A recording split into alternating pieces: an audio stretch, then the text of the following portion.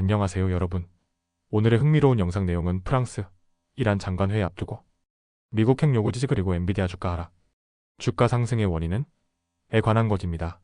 우선 좋아요 버튼을 누르고 채널 구독 및 알림 설정도 잊지 마세요. 여러분의 관심과 지지가 저희에게 큰 힘이 됩니다.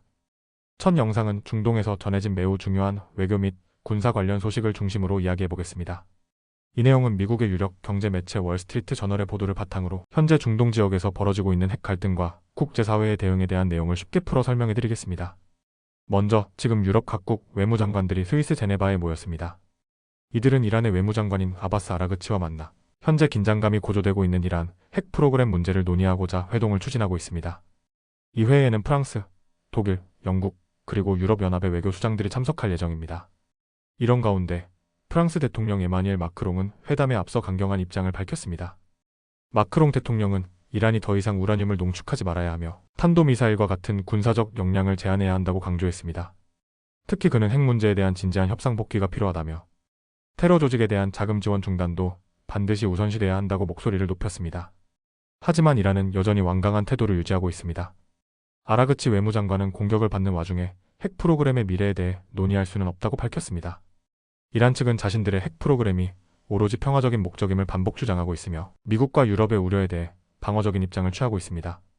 이런 상황에서 미국의 트럼프 대통령은 전례 없는 결정을 앞두고 있습니다. 그는 이란과의 갈등을 외교적으로 해결할 수 있는 시간을 앞으로 2주 더 두겠다고 밝혔고 그 이후에는 군사적 개입 여부를 결정하겠다고 경고했습니다. 즉, 향후 2주가 이란과 미국, 나아가 국제사회의 갈등 완화 여부를 결정할 중요한 시점이 된 것입니다. 한편 실제로 군사적 충돌도 계속되고 있습니다. 국제원자력기구에 따르면 이스라엘이 이란, 아라크 지역 인근의 핵시설을 공격해 주요 건물이 파괴됐다고 밝혔습니다. 이어 이스라엘군은 또 다른 밤샘 공습을 감행했고 60대 이상의 전투기를 동원해 이란 내 여러 군사 목표물을 타격했다고 주장했습니다. 이란도 반격에 나섰습니다. 이란은 이스라엘의 남부 도시인 베르셰바를 다시 공격했으며 이에 따라 병원에 피해가 발생해 최소 71명이 부상을 입었습니다. 이란 측은 병원이 아닌 인근 건물을 겨냥했다고 밝혔고 폭발 여파로 인한 일부 표면적 피해만 있었음을 강조했습니다. 다만 현재로서는 정확한 인명피해 여부는 확인되지 않았습니다. 이러한 갈등은 에너지 시장에도 영향을 주고 있습니다. 특히 원유 가격은 일시적으로 하락세를 보였습니다. 국제기준유인 브렌트유는 금요일에 배럴당 약 2% 하락한 77.3달러에 거래되었고 미국 기준유인 서부 텍사스산 원유는 74달러 선에서 거래되었습니다. 이는 트럼프 대통령이 군사행동 결정을 유예하겠다고 밝힌 영향으로 해석됩니다. 하지만 여전히 시장은 불안정합니다. 이란은 세계적인 주요 산유국 중 하나이기 때문에 만약 갈등이 격화돼 이란의 석유 생산이 실제로 차질을 빚게 된다면 이는 곧바로 세계 원유 공급망 전체에 중대한 영향을 줄 수 있기 때문입니다.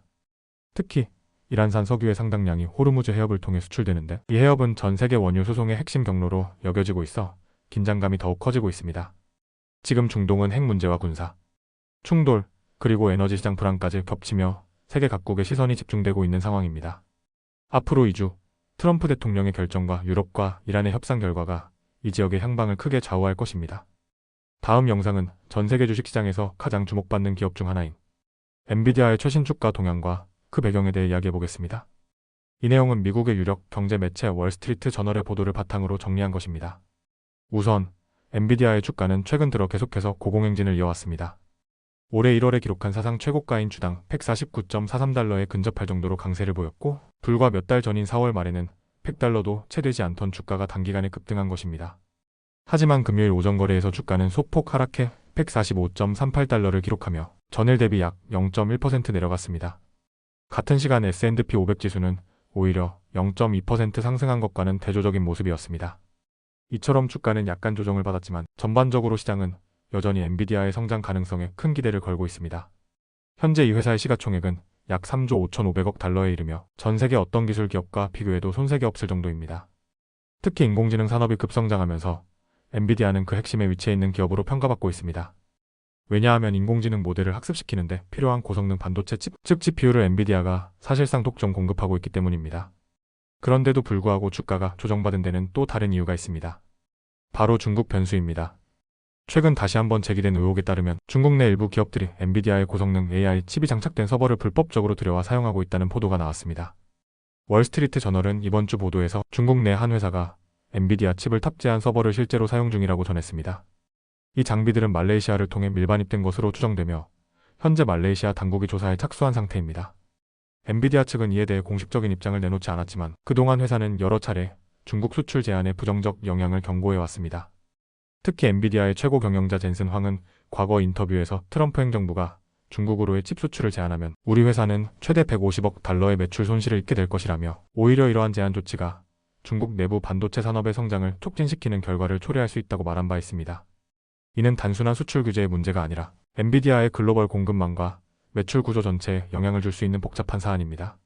미국 정부는 인공지능 기술이 군사적으로 악용될 가능성을 이유로 중국에 대한 기술 수출을 제한하고자 하지만 현실에서는 밀반입이나 우회 수출과 같은 방식으로 기술이 중국에 흘러들어가는 문제도 존재하는 것입니다.